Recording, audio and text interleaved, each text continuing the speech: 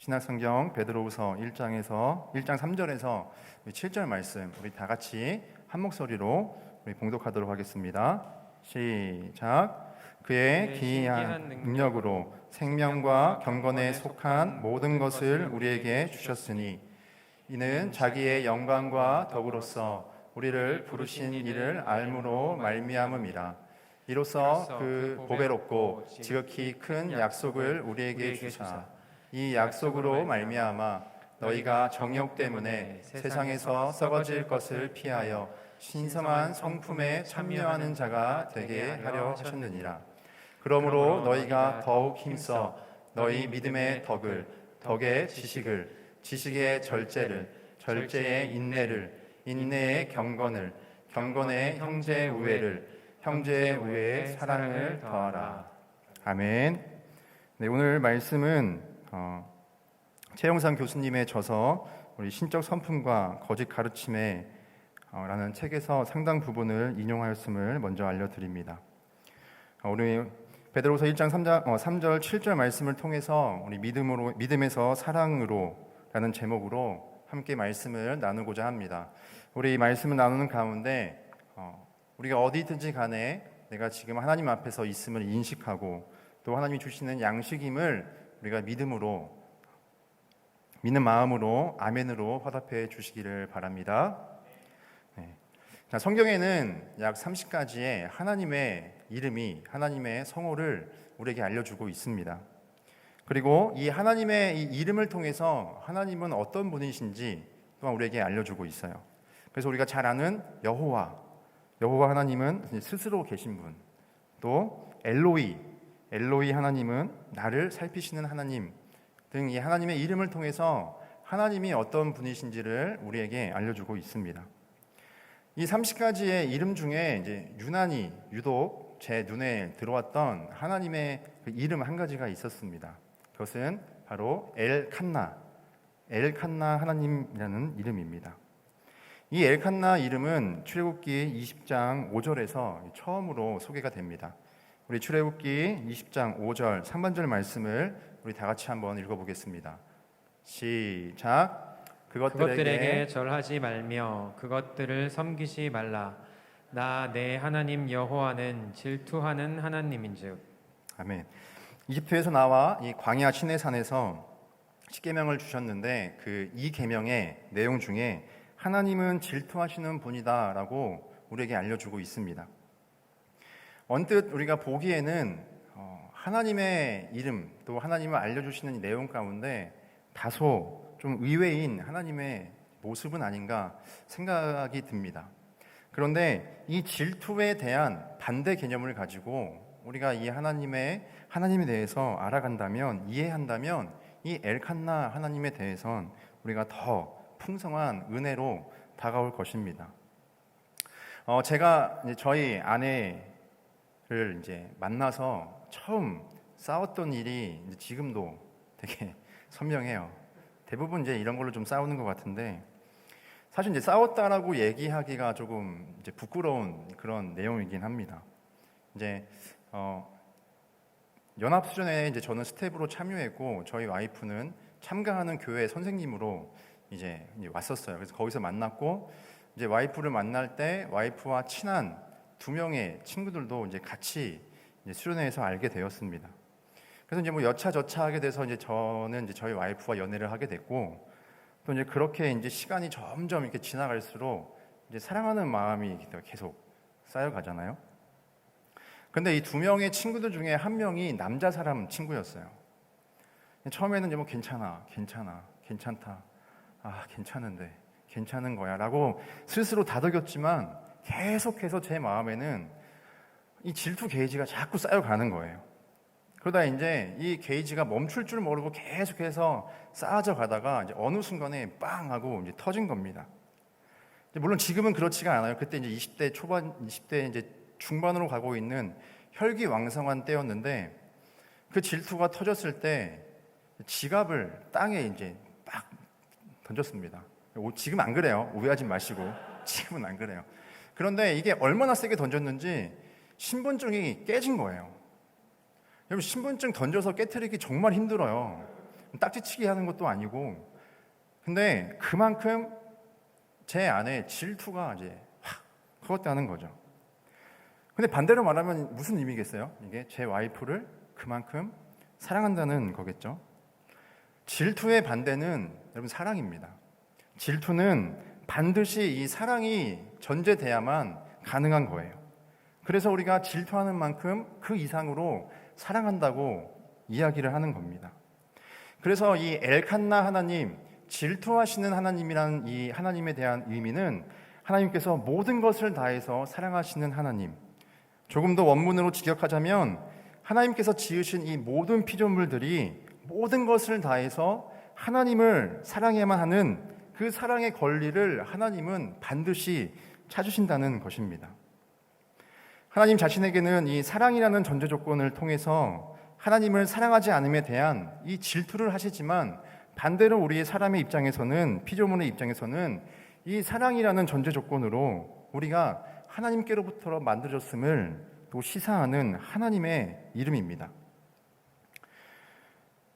우리를 구원하기 위해 우리가 아직 죄인되었을 때 예수님께서 십자가의 죽으심으로 우리를 향한 하나님의 사랑을 분명하게 보여주셨지만, 그것만으로 우리에게 하나님의 사랑을 보여주신 것이 아닙니다. 바로 이 창조의 시작 때부터 인간을 향한 하나님의 사랑을 보여주셨고 시작됐다는 거예요.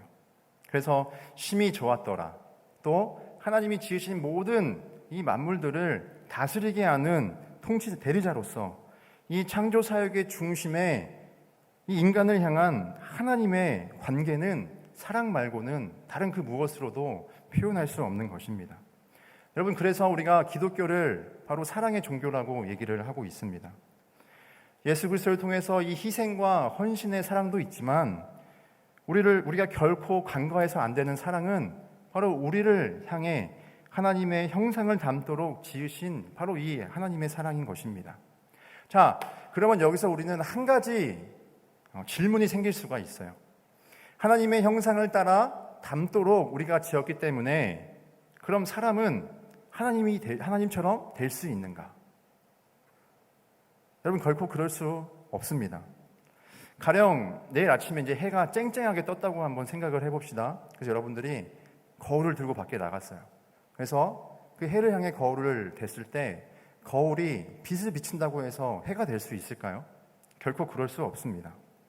빛을 비추는 이 공통점은 있지만 이 해와 거울은 본질적으로 그 차원이 다릅니다. 그래서 사람이 하나님의 형상으로 지음받았다는 것은 하나님처럼 된다는 것이 아니라 하나님을 닮아가는 것이 무엇인지 알고 또 그 알을 통해서 더욱 깊어지는 사랑의 관계의 방향으로 서야 한다는 것입니다. 그런데 우리가 잘 알다시피 사람은 그렇게 하지 않았습니다. 하나님과 원수된 이 죄의 노예로 타락했고, 또 그런 사람을 향해 하나님은 결국 예수님을 대신하여 죽으심으로 이 인간을 구원해 주셨습니다. 이 놀라운 이 구원의 은혜의 부르심을 향해 사도 바울은 갈라디아서 4장 19절에서 이렇게 이야기하고 있습니다. 우리 갈라디아서 4장 19절 말씀 한번 다 같이 읽어보겠습니다. 시작. 나의 자녀들아, 너희 속에 그리스도의 형상을 이루기까지 다시 너희를 위하여 해산하는 수고를 하노니. 아멘. 성도된 우리는 그리스도의 형상을 이루는 이 삶으로 삶의 방향이 목표가 돼야 된다는 것을 이 사도 바울이 권면하고 있는 거예요. 오늘 우리가 본 말씀으로 보자면 베드로는 하나님에게서 받은 이 생명과 경건, 즉 거룩한 삶을 통해 열심히 하나님 성품에 참여해야 한다는 것입니다. 베드로전서의 표현으로 하자면 베드로전서 1장 15절에 오직 너희를 부르신 거룩한 하나님처럼 너희도 모든 행동에 거룩한 하나님의 성품을 나타내는 사람이 되어야 하는 것이 바로 사람의 목표라는 것입니다.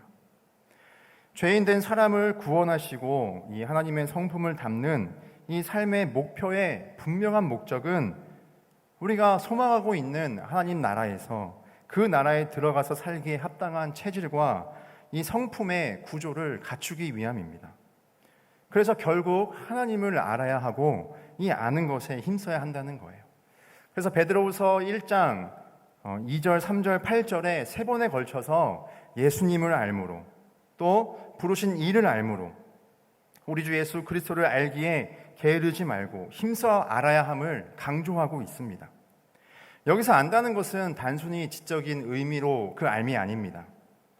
여러분, 단순한 이 지적인 알에 대한 무서움을 우리가 성경에서 발견할 수 있는데 그것은 뭐냐면 바로 귀신조차도 예수님을 알았다는 거예요. 우리 마가복음 5장 7절 상반절 말씀을 한번 읽어보겠습니다. 마가복음 5장 7절 상반절 말씀 시작.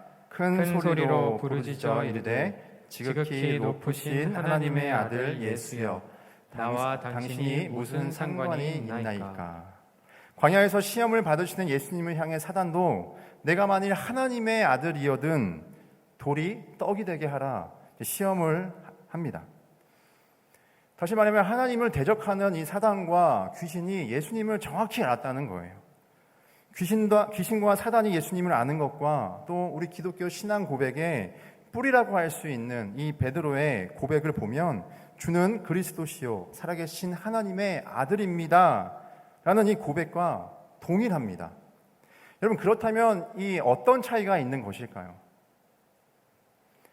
우리가 예수님을 믿고 베드로의 고백을 이 나의 고백으로 또 우리가 신앙 사도신경을 통해서 예배마다 또 날마다 고백하는 이 예수님의 알에 대하여 우리는 어떤 차이를 내야 할까요? 바로 교제입니다. 교제. 하나님과 이 진정한 교제를 이뤄내야 하는 것입니다. 진정한 교제를 통하여 우리의 죄성을 하나님의 성품을 닮은 온전한 인격으로 변화되는 성화의 삶을 살아내는 차이를 성도는 내야 합니다. 그러니까 우리가 예수님을 안다는 것은 지적이고 이성적인 이 알을 넘어선 진정한 교제를 경험함으로써 얻게 되는 알인 것입니다. 그래서 우리가 하나님을 아는 것을 신비라고 말을 합니다. 경험해보지 못한 사람은 도저히 이해할 수 없는 이 신비로운 영역, 사람의 이성적 영역에서는 이해 불가인 영적인 영역을 의미하는 바로 신비라고 얘기를 합니다. 이 신비는 항상 하나님의 은혜에 대한 반응의 성격을 나타냅니다. 그래서 결국은 하나님과 참된 교제로 또 관계로 이렇게 깊어져서 죄로 가려졌던 우리의 무지함을 벗겨져서 주는 그리스도시요 살아계신 하나님의 아들입니다를 고백하는 이 고백으로서의 은혜가 사단과 이 귀신을 대적하는 차이를 나타내는 성도라는 것입니다. 이 신앙의 고백으로 인해 신기한 능력, 즉 전능하신 하나님의 이 거룩한 능력으로 우리는 생명과 경건, 즉 거룩한 삶을 살 수 있는 이 모든 것을 하나님이 우리에게 주셨다 베드로는 말하고 있습니다. 그래서 썩어지고 헛된 정욕을 피하여 이 신성한 성품에 참여하는 하나님의 성품을 닮아가는 성도로 우리를 부르셨다는 사실입니다. 그렇다면 우리가 정말 이 하나님의 성품에 참여하는 사람으로 성장할 수 있을까? 물음표가 생기게 됩니다. 실제로 우리가 얼마나 연약한가요? 제 자신만 봐도 남들 못지 못한 이 내 모습을 통해서 정말 하나님의 성품을 닮아가는 사람인가 좌절할 때가 너무나 많이 있습니다. 제가 목사지만 이래가지고 진짜 목사가 되겠나 싶은 생각이 죄송하지만 하루에도 수차례 들 때도 있습니다. 우리 오늘 본문으로 빗대자면 믿음도 부족한데 어떻게 덕을 세우며 지식은 고사하고 절제는 더더욱 부족한 모습을 보게 됩니다. 경건이야 교회 오거나 남들 만날 때 있지 내적으로는 더더욱 부족한 진실하지 못한 내 모습, 하나님을 사랑한다면서 이웃 사랑하기에는 턱없이 부족하고 이기적인 내 모습을 볼 때마다 나는 정말 하나님의 성품에 닮아가는 정말 이 신적 성품에 참여하는 자인가 자책하고 또 신앙의 하락선을 치닫게 되는 좌절을 맛볼 때가 너무나 많이 있다는 거예요.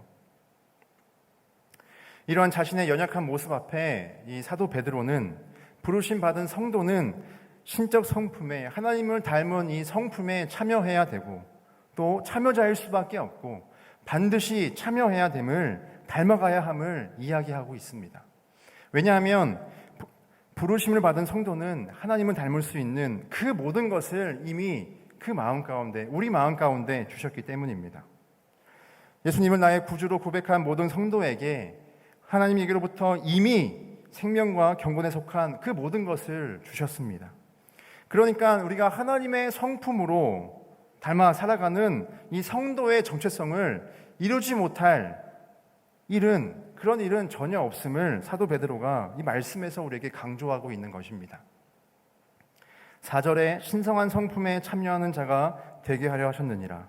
이 말씀은 또 우리가 어떠한 행동을 취하려고 우리가 또 무엇을 해야 한다는 강조점으로 말하는 것이 아닙니다.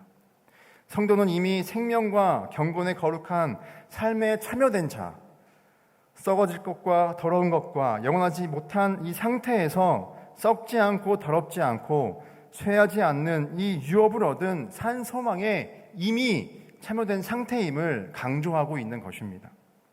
그래서 5절 이하 7절에 이 8가지 덕목을 힘써야 하고 또 8절에 게으르지 않고 열매 없는 자가 되지 않도록 해야 합니다. 또 10절에 부르심과 택하심을 굳게 하도록 적극적으로 힘써 어떻게든 이 하나님의 성품을 담고자 몸부림을 쳐야 한다는 거예요. 그러므로 우리가 하나님의 성품의 참여자가 된다는 것은 성장해야 한다는 것입니다. 베드로후서 3장 18절 말씀 우리 다 같이 읽어보겠습니다. 베드로후서 3장 18절 말씀 다 같이 읽겠습니다. 시작. 오직 우리 주 곧 구주 예수 그리스도의 은혜와 그를 아는 지식에서 자라가라. 영광이 이제와 영원한 날까지 그에게 있을지어다. 아멘. 우리 예수 그리스도의 은혜와 우리에게 주신 말씀을 통해 또 양육 프로그램 가운데 하나님을 알아감으로 그리스도의 장성한 분량으로 성장하는 은혜가 저와 또 모든 성도님들 가운데 풍성히 임하기를 기원합니다. 이 베드로후서의 문맥상 하나님을 닮아가는 것은 성도에게 필수적입니다. 성도는 계속해서 성장해 가야 되는데 이 하나님의 신기한 능력, 즉 하나님의 능력 안에서 주어진 모든 것들이 성도의 인격 안에서 자라가야 한다는 거예요. 특별히 인격의 8가지 덕목, 이 믿음으로부터 시작하여서 사랑에 이르기까지 이 인격의 여정이 성도들에게 주어졌다는 것입니다. 그리고 이 8가지 덕목은 서로 깊은 연관성을 가지고 있음을 우리가 알 수 있습니다. 하나님의 성품을 닮아가는 것, 이 하나님의 신적 성품에 참여하는 것은 바로 믿음에서부터 시작해야 합니다. 여러분, 우리가 지금까지의 이야기를 종합해서 보면 하나님의 나라는 이 사랑에 기초했고 또 사랑으로 운영되고 결국은 사랑에 이르게 하는 것인데 우리가 그래서 기독교는 사랑의 종교다라고 말했잖아요. 그런데 하나님을 닮아가는 그 시작이 왜 사랑이 아니라 믿음일까요? 왜냐하면 우리의 믿음의 대상이 하나님이기 때문입니다. 우리가 믿는 분이 하나님이기 때문이에요. 그래서 이 믿음 자체가 중요한 것이 아니라 성도가 믿는 대상이 하나님, 구주이신 예수 그리스도를 영접하고 알므로써 하나님의 모든 능력을 힘입어 이 자신의 인격을 하나님의 성품으로 변화되고 성장시킬 수 있는 능력, 바로 그 믿음으로부터 시작해야 한다는 거예요. 그래서 믿음으로 이 모든 덕목들의 기초가 되는 중요한 출발점을 삼은 것입니다. 그리고 이 믿음에 우리가 덕을 세워야 합니다. 고린도전서 1장 7절에 의하면 이 고린도 교회는 정말 풍성한 은사, 풍성한 은혜와 방언과 예언을 하며 또 병을 고치는 이 모든 은사에 부족함이 없는 교회였습니다. 그런데 사실 이 고린도 교회는 교회라고 하기엔 정말 민망할 정도로 문제가 많은 공동체였습니다. 특별히 공동체 안에서 덕을 세우는 일에는 정말 매우 미숙하고 또 그 덕을 세우지 못하는 대표적인 교회가 바로 고린도 교회였습니다. 그래서 주어진 이 은혜로 주어진 은사를 가지고 믿음을 다해서 공동체 가운데 상처를 주고 공동체를 실족시키게 한 것입니다. 믿음은 있으나 덕이 공급되지 않으면 그래서 믿음의 방향을 잃어버리게 된다는 거예요.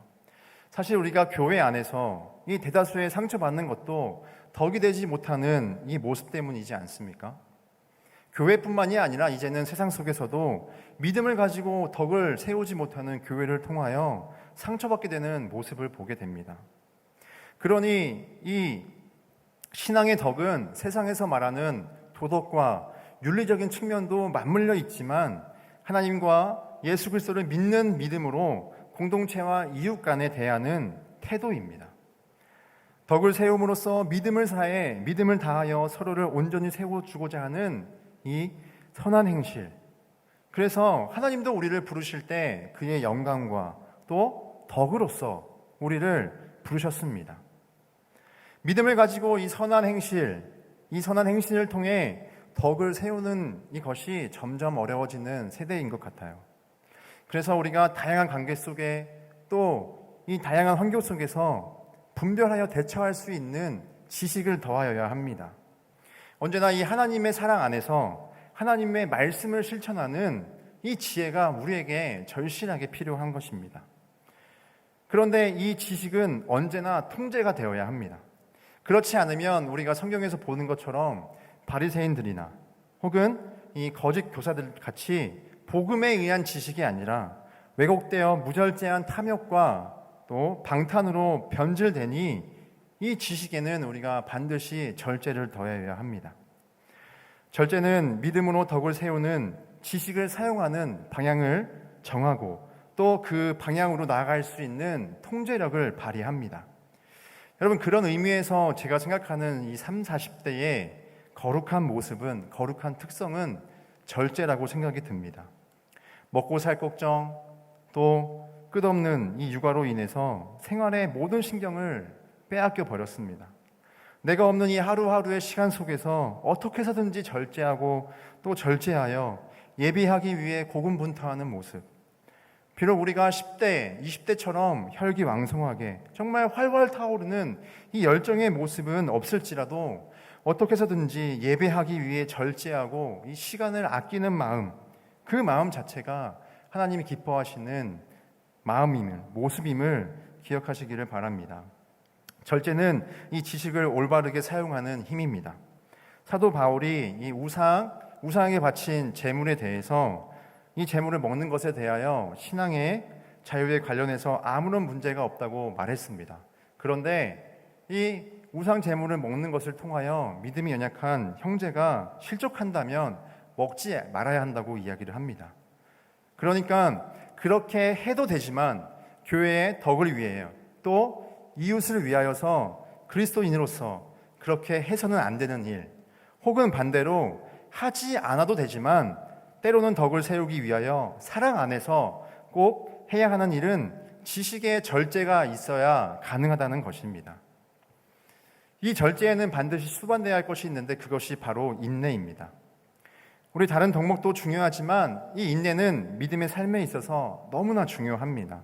우리 야고보서 1장 4절 말씀을 다 같이 읽어보겠습니다. 야고보서 1장 4절 말씀 시작. 인내를 온전히 이루라. 이는 너희로 운전하고 구비하여 조금 더 부족함이 없게 하려 함이라. 아멘. 인내를 온전히 이루라. 왜냐하면 여러분, 우리가 회복한 예수님에 대한 첫사랑의 이 신앙은 처음이 아니라 나중에 주님 오시는 이 마지막 날에 결정되기 때문입니다. 여러분, 잘 알고 있는 무화과 나무가 열매를 맺지 못했을 때 예수님께서 불 가운데 던져버리며 저주하는 비유를 보게 됩니다. 이 비유를 통해서 우리가 생명을 내지 못함은 아무런 가치가 없어서 불에 던져지는 최후의 심판을 우리에게 알려주고 계세요. 그러니까 우리 신앙도 마찬가지입니다. 우리가 첫사랑을 회복했다고 해서 그것이 심판 가운데 결정되는 것이 아니라 이 회복된 신앙을 가지고 끝까지 인내하여 처음과 나중이 변화되지 않는 그 신앙을 가지고 바로 우리가 심판대 앞에 서는 것입니다. 그래서 인내는 세상 속에서 이 믿음의 싸움의 핵심 영역입니다. 하지만 화려하지 않죠. 첫사랑을 받을 때처럼 그런 감격이 없습니다. 늘 패배하는 것 같고 지루합니다. 또 때로는 정말 내가 바른 방향으로 가고 있는지 알 수도 없어요. 그래서 그저 시간만 이렇게 흘러보내는 것 같은 헛된 과정 속에 있는 것은 아닐까 되돌아보게도 하게 됩니다. 그러나 성도의 인내는 이 믿음과 덕과 지혜와 절제를 통해 오직 생명과 경건의 방향으로 분명한 목적을 틀어잡고 그 방향으로 견고하게 붙들고 나가는 이 능력이 바로 인내인 것입니다. 방역 잘 지키고 최소한으로만 나가고 또 최대한 집에만 있다면 코로나 지나가겠지. 시간을 흘려보내는 것이 아니라 우리의 신앙이 처음과 나중이 달라지지 않도록 또 우리의 신앙이 부패되지 않도록 인내의 경건의 열매를 더하도록 힘을 써야 합니다. 경건은 오직 이 믿음을 통해 인내할 때만 얻어지는 성품입니다. 경건은 결코 단시간 내에 맺을 수 있는 열매가 아니라는 거예요. 또 시간이 그냥 흘러간다고 해서 우리가 예수님을 믿었기 때문에 나는 경건한 사람이 될 수 있어, 그렇게 주어지는 성품이 결코 아니라는 것입니다. 베드로후서가 쓰여진 이 헬라 시대 속에서 경건은 하나님을 향한 것으로서 세상과 저항하는 반세속적, 반세상적인 특성을 갖고 있습니다. 여러분, 이 경건의 특성은 지금도 마찬가지입니다. 우리가 세상 속에 살고 있지만 세상과 같지 않는 영적인 것, 또 인격적인 것, 또 신앙의 삶의 표시가 바로 이 경건인 것입니다. 그리고 이 경건 말고는 다른 것으로도, 다른 무엇으로도 표시할 수가 없습니다. 베드로후서 3장의 경건은 하나님이 다시 오실 때 이루어지는 새 하늘과 새 땅에 그 나라에 들어가는 사람의 특징이라고 말을 하고 있습니다. 단연코 그 나라에, 하나님 나라에 들어가는 특징은 경건뿐이라는 것입니다. 우리가 지금까지 본 이 덕목의 특성을 보게 되면 믿음에서 경건까지 하나님께 집중하는 이 수직적인 관계에 대한 덕목을 우리에게 알려주고 있습니다. 이제는 이 수직적인 관계에서 이 수평적인 관계로서 하나님의 성품을 향한 우리의 인격에 형제 우애를 더해야 함을 우리에게 알려주고 있습니다. 이 당시 시대의 형제 우애는 주로 가족 간의 사랑과 유대 관계를 이제 의미를 합니다. 그런데 이제 초대교회는 그런 혈연 관계가 이제 아니었죠. 바로 예수 그리스도를 믿는 믿음으로 그 믿음을 통해서 성령으로 거듭난 성도를 형제라 부르고 또 자매라 부르기 시작하면서 하나님 아버지의 자녀들로서 우리가 형제 우애라는 표현을 사용했습니다. 하나님께 향한 이 참된 경건에 대하여 또 야고보서 1장 27절에 다음과 같이 우리에게 알려주고 있습니다. 야고보서 1장 27절 말씀 함께 읽겠습니다. 시작. 하나님 아버지 앞에서 정결하고 더러움이 없는 경건은 곧 고아와 과부를 그 환난 중에 돌보고 또 자기를 지켜 세속에 물들지 아니하는 그것이니라. 아멘. 야고보에서 경건의 실천은 바로 이 형제 우애, 즉 이웃을 사랑하는 국률의 삶임을 강조합니다. 그래서 사람 위에 사람 없고 사람 아래 사람 없는 사랑, 하나님의 사랑의 뿌리를 들고 하나님의 사랑으로 이웃의 사랑을 더하라는 것입니다. 그런 의미에서 사랑은 모든 하나님의 성품에서 절대적인 위치를 가지고 있습니다. 본문에서 확연하게 드러나고 있지 않지만 이 모든 성품에는 하나님의 사랑으로부터 시작하여 사랑으로 끝이 납니다. 여러분, 우리 믿음 자체가 바로 하나님의 사랑의 결과로서 우리에게 주어진 은혜 아닌가요? 덕을 세우는 것, 또 지식과 절제, 또 우리가 사랑을 통하여서 인내함을 보게 됩니다. 하나님을 사랑할 때 우리는 자연스럽게 썩어지고 더럽고 영원하지 않는 이 세상의 정욕으로부터 분리되어지는 경건의 삶으로 이어지게 됩니다. 성도는 하나님의 성품을 닮아가는 이 인격의 변화로 자라는 것과 그래서 이 믿음에서 사랑에 이르기까지 이 덕목을 힘써 지켜내는 것이 여러분 해결책이 없어 보이는 코로나 팬데믹 시대에 성도에게는 유일한 해결책인 것입니다. 여러분, 우리가 교회 외적으로는 현수막을 크게 걸고 이웃을 향해 진심으로 미안합니다, 이 하나님에 대한 사랑을 전하고 또 내적으로는 누구를 비판하거나 정죄하는 것이 아니라 우리 스스로 돌아보고자 하는 이 담임 목사님을 통한 교회의 건강한 움직임으로서 이 신앙의 무브먼트를 우리가 지금 실행하고 있습니다. 근데 여러분, 이것이 정말 하나님의 은혜고 인간의 위대함입니다.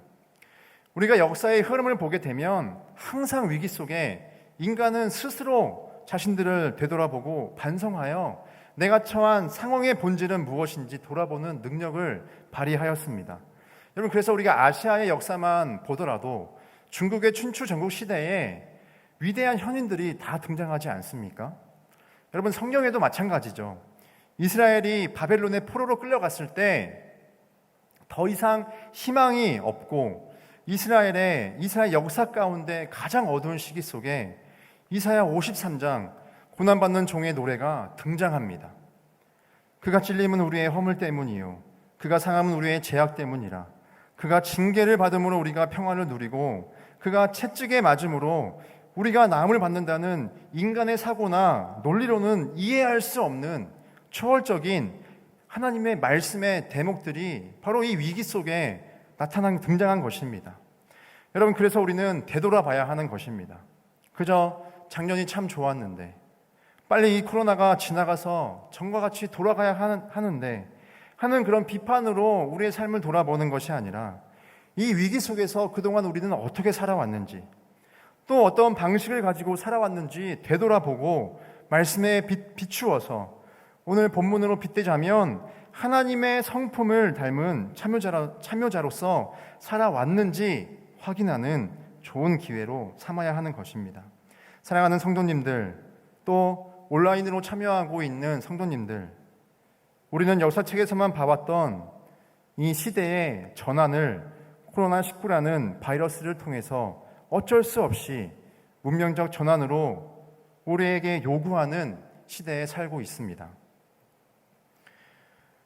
잠시 왔다 갔으면 좋겠지만 코로나는 이제 인류와 함께 가야 하는 바이러스로 그 존재를 인정해야만 하는 위험한 상황 속에, 이 위기 속에 우리는 계속해서 살아가야 합니다.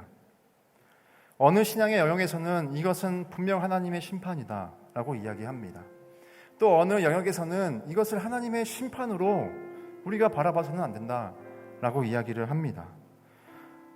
일주일 가운데 제가 봤던 참으로 안타까운 소식은 이것은 분명 하나님의 심판입니다 라고 얘기하면서 하나님을 믿는 성도들은 이 코로나에 걸리지 않는다 라고 얘기했던 교회가 코로나에 걸린 기사를 보게 되었습니다. 많은 성도들이 교회를 이탈하는 현상, 교회가 또 어려움에 처해 있고 예배답지 않는 이 예배를 드려야 하는 이 찜찜한 이 상황이 앞으로도 또 얼마나 지속될지 모르는 현실 속에 우리는 또 오늘 하루를 살아가야 합니다. 도대체 하나님은 무엇을 하고 계시는가? 하나님은 나에게 무엇을 원하는 것일까? 왜 하나님은 코로나를 물리치시고 하나님의 백성을 보호하지는 않을까? 여러분, 우리 이렇게 개탄만 하고 있어야 할까요? 물론 우리가 하나님의 능력을 힘입어 우리에게 주어져 있는 이 위기를 보호하며 또 이기게 하시는 능력을 의지하며 살아가야 합니다. 그러나 우리가 하나님을 믿는다고 하면서 정작 나의 필요를 채우고자 또 나의 원함을 채우고자 하나님이 아니라 나의 정욕을 믿으며 껍데기뿐인 종교인으로서 살지는 않았나 되돌아볼 수 있는 기회로 오늘을 우리가 삼아야 합니다. 우리는 이 멈춰버린 듯한 시대 속에 비판하고 정죄하기를 내려놓고 말씀 앞에서 우리 스스로를 되돌아봐야 합니다. 코로나19라는 이 문명적 전환기에 변화되는 이 시대 속에 힘겹게 우리는 살아가지만 여러분, 성도는 죄와 악과 이 사망의 지배 아래서 예수 십자가로 해방된 이 인류의 역사적 전환점을 맛보면서 또 맛봐와서 살아가는 사람들 아닙니까? 예수를 통하여 죄에서 생명의 전환점으로 구원받은 이 성도의 삶의 방식이자 삶의 무기가 바로 하나님의 성품을 닮아가는 것입니다. 다른 그 무엇으로는 우리의 삶의 무기가 될 수 없다는 것입니다. 오직 하나님의 성품에 참여하여 그리스도가 내 안에 살고 내가 그리스도 안에 살아가고자 할 때 무죄하고 연약한 나의 죄성을 가진 인격이 거룩한 하나님의 성품을 나타내는 것이 바로 죄에서 생명으로 전환된 우리에게 주어진 하나님의 은혜라는 것입니다.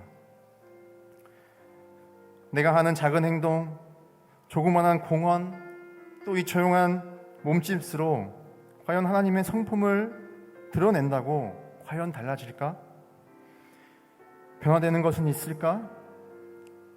나의 작은 이 행동 하나만으로 세상의 교회를 향한 비난과 비판의 소리가 들어갈 수 있을까? 여러분, 달라집니다. 여러분, 나의 작은 행동 하나만으로도 분명 변화되어집니다. 왜냐하면 세상의 모든 변화를, 죄로 물든 이 세상의 전환을 예수님께서 이미 이루셨기 때문입니다. 그래서 우리는 그저 그 성품에 참여만 하면 되는 것입니다. 사랑으로 죽으신 그 성품을 담도록 내게 주어진 삶에서 작은 행동, 조용한 몸짓만으로도 충분하다는 것입니다. 그래서 하나님의 성품을 따라 닮아가는 이 인격의 덕목을 하나하나 체크하면서 내가 지금 가고 있는 방향이, 또 지금 내가 향하고 있는 방향이 맞는지 되돌릴 수만 있다면 코로나로 국면한 이 위기는 분명 어렵고 고난의 시대지만 썩지 않고 더럽지 않고 쇠하지 않는 영원한 이 산 소망을 품고 살고자 우리의 삶을 제고하는 은혜의 기회라는 것입니다. 여러분, 이 위기를 하나님의 은혜로 되돌아보는 기회로 삼고자 여러분, 하나님의 성품을 따라 예수님을 닮고자 우리 스스로 되돌아보고, 또 그래서 하나님을 향한 믿음으로부터 우리 이웃에게까지 사랑을 흘려보내는 우리 모두가 됩시다. 우리에게 믿음을 주신 이 하나님으로부터 받은 이 사랑을 가지고 옆에 있는 가족과 또 교회 공동체들과 또 우리 집 벽을 넘어선 이웃의 세계, 그리고 하나님을 모르고 하나님을 잃어버린 이 세상 속 사람들에게 사랑을 전하는 국률의 삶으로 나아가는 우리 이름 없는 교회의 성도님들 되기를 간절히 축원합니다.